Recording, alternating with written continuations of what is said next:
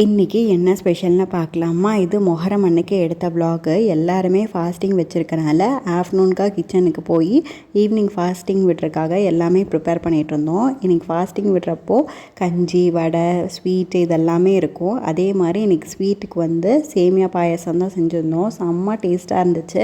எப்பயுமே சாதா சேமியா தான் போடுவோம். இந்த டிமார்ட்டில் வாங்கின சேமியா சூப்பராக இருந்துச்சு. கண்டிப்பாக வாங்கி ட்ரை பண்ணி பாருங்கள். அப்புறமா வடைக்கு கிரைண்டரில் மாவெல்லாம் போட்டு ஆட்டி எடுத்தாச்சு. கஞ்சிக்கு வெங்காயம் எல்லாம் அறுத்து தர சொன்னாங்க அம்மா. ஸோ அதுக்காக தான் உட்காந்து அறுத்துட்ருக்கேன். இந்த வெங்காயம் குட்டி குட்டியாக எதுக்காச்சும் வேணும்னா சாப்பரே தேவையில்ல, கையிலேயே அறுத்துடலாம். இந்த மாதிரி நீட்டமாக கோடு போட்டு ரெண்டுக்குமே அடியில் ஒரு கோடு போட்டு அறுத்திங்கன்னா குட்டி குட்டியாக வந்துடும். சாப்பரே தேவையில்ல. இது முட்டை பொடி மாஸ்க் எதுக்கு வேணால் அறுத்துக்கலாம். யூஸ்ஃபுல்லாக இருந்துச்சுன்னா சப்ஸ்கிரைப் பண்ணிக்கோங்க. அப்புறமா ஃபாஸ்டிங் விடுறதுக்காக எல்லாமே எடுத்து வச்சாச்சு.